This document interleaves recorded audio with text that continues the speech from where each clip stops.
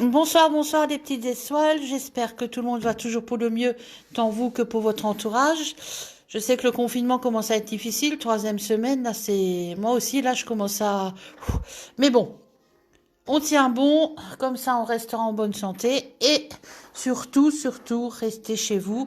Il faut vraiment suivre toutes les précautions. Alors, je vous disais hier que beaucoup de consultants et de consultantes me demandent comment s'initier au tirage de cartes. Donc pour cela, moi je propose, enfin je conseille des jeux de cartes dits faciles, de façon à avoir des réponses claires. Et justement, je vais vous en proposer, pardon, deux, afin que vous puissiez voir ce que ça peut donner. Donc déjà, je vous propose l'oracle, le manuscrit, et je vous en montrerai un autre ensuite.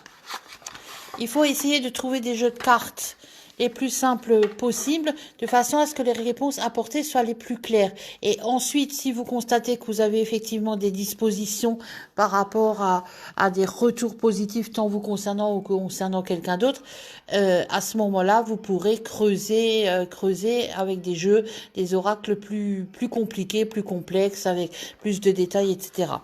Donc, voilà. Alors là, c'est l'oracle, le manuscrit. Vous voyez, on a les émotions. Donc, ça peut être considéré comme des émotions contraires, mais ça reste quand même des symboliques très simples à comprendre.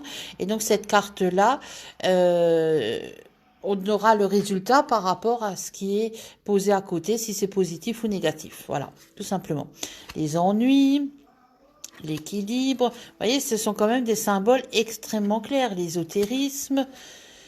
Les examens. Alors, les examens, ça peut être des démarches administratives. Là, c'est pas médical, hein, par exemple. Ce ne sont pas des contrôles médicaux. La famille. Donc, tous les membres de la famille. La femme. On a la fête. On a la force. L'homme. L'hôpital. Vous voyez, donc là, on est sur le domaine de la santé, les idées. Donc, si vous voyez bien quand même que ce sont des symboliques extrêmement faciles à comprendre et où il n'y a pas tellement de choses en plus. Déjà, elles ne sont pas numérotées, donc on n'a pas le côté numérologie, etc. Donc, ça simplifie vraiment le résultat. La méfiance, la médecine, la naissance, là ça a le mérite d'être clair, hein, là c'est vraiment une naissance, grossesse, maternité, rien d'autre. Les nouvelles, la perte, alors vous voyez, là c'est simple, hein, c'est la perte matérielle ou financière, c'est vraiment quelque chose de très concret, c'est pas une perte sentimentale, c'est pas une perte émotionnelle, etc. Là on a la protection, l'étoile, on a la rencontre, voilà, la réussite, les pyramides, l'élévation, la santé, les secrets, la séparation. Là, ça peut pas être plus clair que ça. On est sur le soutien, la surprise, le temps. Donc ça, c'est le temps, c'est souvent avoir de la patience. Il y a une notion d'attente, tout simplement. La trahison. Tu voyez, ça c'est une symbolique claire, hein, pour le peu. Voilà, le travail, l'union. L'union, l'épanouissement, puisque si vous voulez, là, on est sur une fleur qui est épanouie. Alors, le voyage, là, on est bien sur le voyage, le déplacement géographique. Là, pardon. Alors, on a les achats, les dépenses, le décès, le danger, la construction.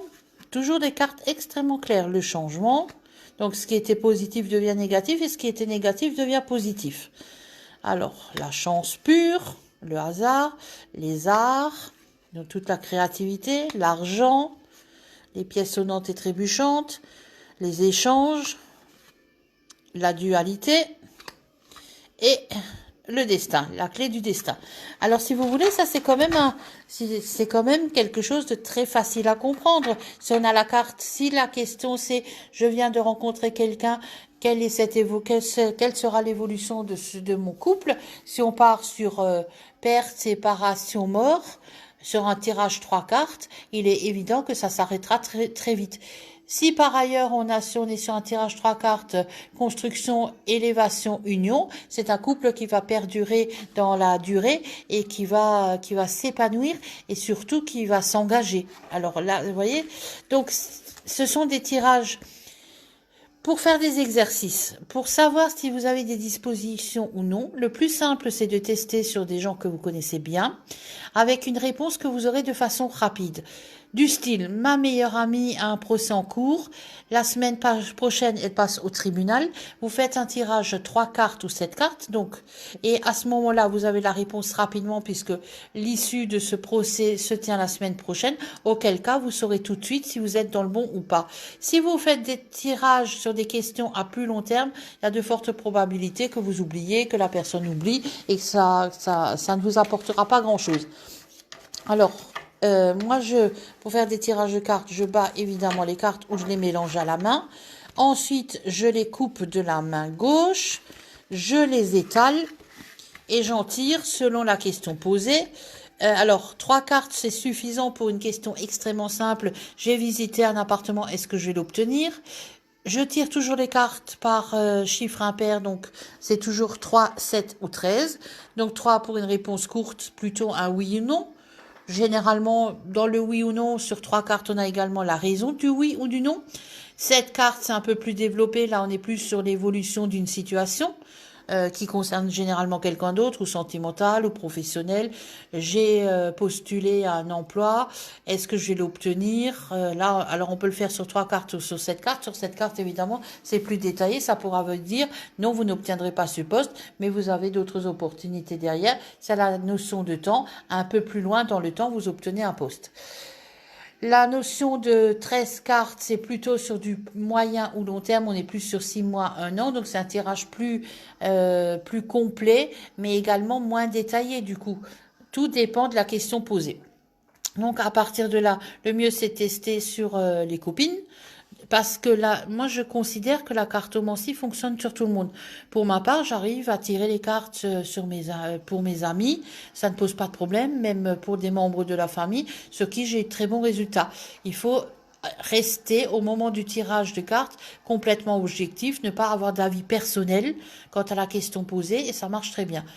Au départ, quand on démarre les tirages de cartes et certains voyants ou cartomanciens arrivent encore à le faire, moi c'est pas mon cas, mais je sais que ça existe. Tout au début, on peut par exemple poser des questions pour soi-même. J'attends une réponse, est-ce que ça va être favorable ou non? Tant que vous êtes encore très objectif et un petit peu novice dans le domaine, si vous voulez, cette notion de naïveté va vous permettre d'avoir des réponses claires. Plus vous serez pointu dans ce que vous savez faire ou dans le développement du tirage de cartes et des ressentis, et moins vous aurez de capacité à le faire pour vous-même. Enfin, après, ça n'engage que moi, c'est mon avis personnel. Donc, moi, je conseille de démarrer par des jeux de cartes dits simples, avec peu de symbolique, de façon à pouvoir ensuite évoluer vers quelque chose de plus complexe. Mais au départ, c'est quand même ce genre de jeu que je conseille et par lesquels j'ai débuté comme tout le monde. Alors, il y a très longtemps, parce que mon premier jeu de cartes, je l'ai acheté, je devais avoir 16-17 ans. Et maintenant, j'ai des jeux de cartes évidemment plus compliqués, comme vous avez pu voir ces jours-ci. Mais en tout cas, par exemple, l'Oracle Lumière est lui aussi un jeu que je pourrais recommander. Vous voyez, alors déjà, il y a énormément de cartes, donc il est relativement détaillé. On a les saisons, on a l'hiver, on a l'été, on a la mort, on a les invitations, les sorties, les cadeaux, les récompenses, la découverte. Et vous voyez, les symboliques sont simples, hein. Il n'y a pas 36 dessins qu'il faut interpréter en détail, etc. Donc après, il y a une notion de numérologie, mais on peut très bien, au départ, ne pas en tenir compte, par exemple. Voilà. Donc, on a la femme, l'emprisonnement, le balayage du passé, le déplacement, les routes, l'homme, l'amour. Vous voyez, ce sont des symboliques simples. Et alors là, par contre, il y a une double signification, mais on peut le prendre. Moi, je dirais que c'est un papillon. Donc, le papillon, c'est la naissance d'un amour. Après, on peut ne pas tenir compte sur ce jeu de cartes, ni de la numérologie, donc du numéro 3, 30, réduire numérologie 3, et ne pas tenir compte de la double symbolique, si tant est qu'il y en ait une sur certaines cartes. mais tenir compte uniquement de l'info de base. Donc l'enfant, la naissance, ça a le mérite d'être clair, réussite aux examens, l'adultère, la tromperie, les ennemis, l'ennemi ou les ennemis, la vieillesse, le foyer, l'intelligence, les nouvelles, le déménagement, la sagesse, le printemps, les mauvaises bases de départ. Je vis une relation tourmentée avec Ludovic, ça fait 10 ans qu'on se connaît. Quelle est l'évolution? L'évolution reste tourmentée ou est complexe. Et si cette carte-là sort, vous saurez pourquoi. Ça vous donnera la raison. Alors des fois ça donne la raison, des fois non. Mais bon, généralement ce jeu de cartes simple est assez parlant. On a l'automne, toujours les saisons, le travail, la clé du destin, les idées mélancoliques, la nostalgie, l'envoûtement, la protection, la rapidité, l'horizon nouveau, pardon, elle est à l'envers, la justice, l'accident, l'attente, la stagnation, la pyramide, toujours que vous aviez dans l'autre jeu de cartes aussi. Il y a des symboliques qui reviennent pratiquement sur tous les jeux de cartes, ou en tout cas sur beaucoup. Et donc à force, vous reconnaîtrez le commerce, la chance, beauté et luxe, le soleil, vol, perte, sexualité, la maladie. Alors, par exemple, sur une question de santé, j'ai rencontré quelqu'un, je ne le connais pas, est-ce que je peux lui faire confiance? Si on a la santé sur la maladie sur la sexualité, c'est pas un bon plan, par exemple.